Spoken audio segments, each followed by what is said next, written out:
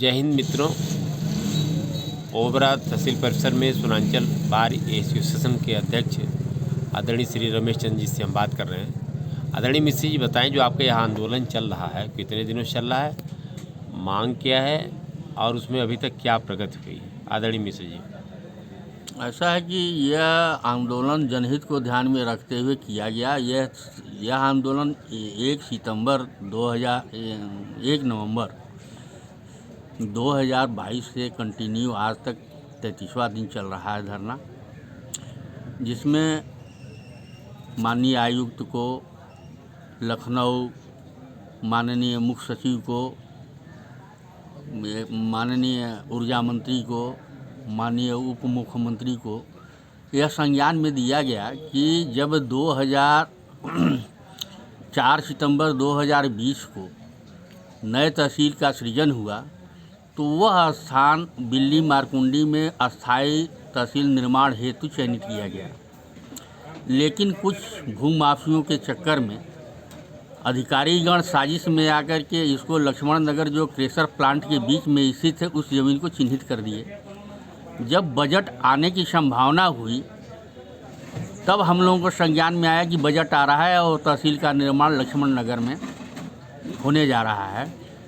तो अधिवक्ता हित को ध्यान में रखते हुए, समाज हित को ध्यान में रखते हुए, आदिवासी वनवासी गिरवासी के हित में देखते हुए, चूँकि जो तहसील के लिए भौगोलिक पर्यावरण की बात है और संसाधन की उपलब्धता की बात है, तो ओबरा के इर्द गिर्द संपूर्ण संसाधन तहसील के अस्थायी निर्माण के लिए उपलब्ध हैं। जैसे शिक्षा विभाग हुआ, हॉस्पिटल हुआ और सीओ ऑफिस हुआ। यहाँ पर 3 कोर्ट रन करती हैं ऑलरेडी। एडीजे कोर्ट है, वन बंदोबस्त अधिकारी का कोर्ट है, एआरओ का कोर्ट है। लेकिन इन सभी चीज़ों को बगैर ध्यान में रखे हुए ये क्रेशर बेल्ट में ले जाने का काम कर रहे थे लोग, जिसके विरोध में अधिवक्ता और समाजसेवी आंदोलनरत हो गए और संपूर्ण प्रशासन और शासन को सूचना देने के बाद आज एडीएम साहब ने वार्ता के लिए बुलाया और एडीएम साहब ने वार्ता में यह आश्वस्त किया कि हम लिखित आपको आश्वासन देते हैं कि लक्ष्मण नगर में कतई तहसील का निर्माण नहीं होगा। जिस तरीके से अधिसूचना माननीय राज्यपाल जी ने किया है उस अधिसूचना के अधीन होकर के बिल्ली मारकुंडी में ही तहसील का अस्थायी निर्माण किया जाएगा, या जहां पर अस्थायी तहसील का कार्य का संचालन हो रहा है वह सबसे उपयुक्त जगह है। और हम लोग पूरा प्रयास कर रहे हैं कि तहसील का अस्थायी निर्माण बिल्ली मारकुंडी में या जहां पर संचालित तहसील है वहीं पर कार्य हो। और इसके लिए इन्होंने यह भी कहा कि मैं पत्राचार भी कर रहा हूं और उच्च अधिकारियों से संपर्क में भी हूं। बहुत जल्दी तहसील का निर्माण अस्थायी रूप से बिल्ली मारकुंडी की राजस्व गाँव में ही होना है। कुछ और भी सवाल है, जैसे बीच में बात उठी थी कि उत्तर प्रदेश राज्य विद्युत उत्पादन निगम की जितनी सीमा है अर्थात जितनी उसकी ज़मीन है, भूमि है, कहीं उससे अधिक उन्होंने बाउंड्री वाल बना लिया है। एक बात है। दूसरी बात यह है कि जो तहसील परिसर इनका है वो बीच में न होकर के बल्कि प्राइवेट सेक्टर से लगा हुआ है। थोड़ा सा प्रयास हो जाएगा तो मुझे लगता है कि इसी स्थान को, जो काफ़ी बेहतर जगह पर है, आसपास खाली जगह भी है, चाहें तो इसी को अस्थायी रूप से तहसील बना सकते हैं। एडीएम साहब से हमारी वार्ता हुई। चूँकि राजस्व विभाग का उत्तर प्रदेश सरकार की लगभग 60-70 बीघा जमीन अतिक्रमण बोर्ड के द्वारा किया गया है। जी।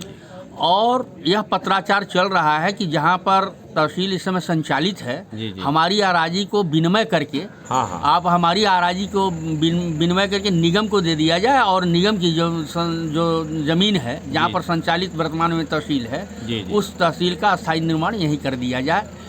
जिसमें कि हम लोग सीएम से भी मिले थे। सीएम साहब ने यह बताया कि नए जिलाधिकारी महोदय, हमारा मैं पत्र लिख रहा हूँ और उस पत्र के माध्यम से हमारे जो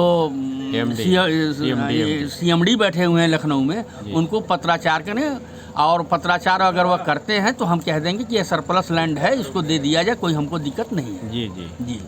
तो काफ़ी कुछ हमें मान के चल सकते हैं कि जो बजट में था कि ओबरा तहसील बिल्ली मारकुंडी क्षेत्र में ही होगा, उसी परिक्षेत्र में होगा, और उसमें भी एक जो प्रबल संभावना बन रही है कि जहाँ पर तहसील कार्यरत है, उत्पादन निगम के उच्चाधिकारी, सोनभद्र के जिलाधिकारी, सभी लोग मिल करके काम करेंगे तो मुझे लगता है कि यह स्थान सबसे उपयुक्त रहेगा और यहीं पर अस्थायी तहसील का निर्माण हो जाएगा, जिसकी प्रबल संभावना आने वाले दिनों में दिख रही है। हाँ, एडीएम साहब ने तो यही आश्वासन दिया है कि भाई आप लोग आंदोलन को छोड़िए और मैं पूरा प्रयासरत हूँ जनहित को ध्यान में रखते हुए या अस्थायी तहसील का निर्माण जहाँ पर इस समय तहसील संचालित है वहीं होना चाहिए। पिछले 33 दिनों से आपका आंदोलन चल रहा है और आज शनिवार दिन है, कल संडे हो जाएगा, तो आगे की आपकी रणनीति क्या है? इस आंदोलन को कैसे स्थगित करेंगे, कैसे ब्रेक करेंगे, या क्या योजना है उसके बारे में? जो हमें पत्रक मिल रहा है जी जी, इस पत्रक को लेकर के चूंकि अधिवक्ता आंदोलनरत है, जी जी, समाज सेवी आंदोलनरत जी है, जी जी, तो उस पत्रक को लेकर के मैं समाज सेवियों और अधिवक्ताओं के बीच में रखेंगे जी, कि भाई एडीएम साहब ने हमको लिखित आश्वासन जिस के लिए हम लोग प्रयासरत थे कि लिखित आश्वासन नहीं मिल रहा जी, है, जी। लिखित आश्वासन दिया है, अब आगे का मंशा आप लोग बताइए, अपना विचार दीजिए जी। ताकि धरना या तो चले या तो ख़त्म हो, लेकिन बगैर विचार लिए हम लोगों का धरना ख़त्म नहीं कर खत्म नहीं पाएंगे। होगा। प्रमुख बात यह है कि जो पत्राचार में बात आ रही है, अपर जिलाधिकारी महोदय कह रहे हैं कि एक तो क्लियर बात हो रही है कि लक्ष्मण नगर में तो नहीं बनेगा, जी जी जो सबसे प्रमुख बात था। जी जी और दूसरी बात है कि जो गजट में है बिल्ली मारकुंडी, हम दर्शकों को बता दूं कि गजट में बिल्ली मारकुंडी ही लिखा है, लक्ष्मण नगर का कहीं उल्लेख नहीं है और रावटगंज विधानसभा क्षेत्र में आता भी है, जो विवाद का विषय बना था। तो इन सब के आधार पर तो मुझे लगता है कि अब संभावनाएँ बनती है कि सोमवार के दिन आपकी सामूहिक मीटिंग होगी, विचार विमर्श करने के बाद कोई सकारात्मक कदम। जी जी, उन्होंने पूर्णतः आश्वस्त किया हम लोगों को कि नहीं, लक्ष्मण नगर अब कतई नहीं बनेगा, अब बनेगा तो जो अधिसूचना जारी हुआ है माननीय राज्यपाल का उस मुताबिक बिल्ली मारकुंडी में ही निर्मित होगा अस्थायी तहसील। बहुत सारी चीज़ें इसमें आ गई। बस एक चीज़ और भी है कि इस आंदोलन के दौरान चूँकि आंदोलन था और जिस उद्देश्य को लेकर के आप लोगों ने आंदोलन चलाया, इस बीच आप लोगों का जुलूस भी शहर में निकला, बड़े पैमाने पर लोग उसमें शिरकत हुए और माननीय राज्य मंत्री श्री संजीव गौड़ जी आप लोगों के यहाँ पर आंदोलन स्थल पर आए थे, तो मंत्री जी का इसमें क्या रूप था आपके आंदोलन को लेकर के?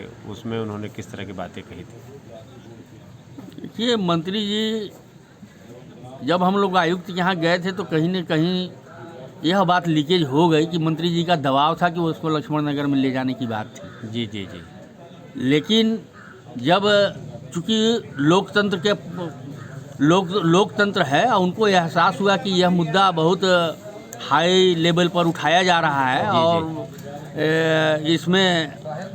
इससे हमारा अहित हो सकता है, तो बाद में उन्होंने कहा कि ठीक है, हम लक्ष्मण नगर ले जाने का प्रयास नहीं कर रहे हैं, हम तो चाह रहे हैं कि ओबरा में ही बने। और उन्होंने भी कहा कि हमारा कॉन्स्टिट्यूएंसी लंबा है, हम आदिवासी बाहुल बेल्ट में भी ले जा सकते हैं, इसको टापू भरहरी नेवारी भी ले जा सकते हैं। जी जी, लेकिन उन्होंने लक्ष्मण नगर के संदर्भ में उन्होंने कहा कि लक्ष्मण नगर नहीं जाएगा। मुझे लगता है कि लोकतांत्रिक तरीके जो लड़ाई लड़ी जा रही थी, कहीं न कहीं माननीय मंत्री जी के ऊपर भी उसका असर पड़ा। हाँ, बिल्कुल दबाव था, इसमें कोई संदेह नहीं। और वे खुद संवेदनशील हैं, उन्हें मुझे लगता है कि इस बात का एहसास हुआ होगा कि उनका विधानसभा क्षेत्र है, वे राज्य मंत्री भी हैं। जी जी, और ये सफलता है कि आदरणीय अधिवक्ता बंधुओं के नेतृत्व में जो आंदोलन चला था उसमें राज्य मंत्री महोदय खुद आ करके इस बात को उन्होंने कहा। जी जी, आश्वस्त उन्होंने किया कि अब लक्ष्मण नगर नहीं जाएगा, लेकिन उन्होंने थोड़ा सा आक्रोशित भी नजर आए जी जी, कि हम अपने कॉन्स्टिट्यूएंसी में कहीं भी ले जा सकते हैं इसको।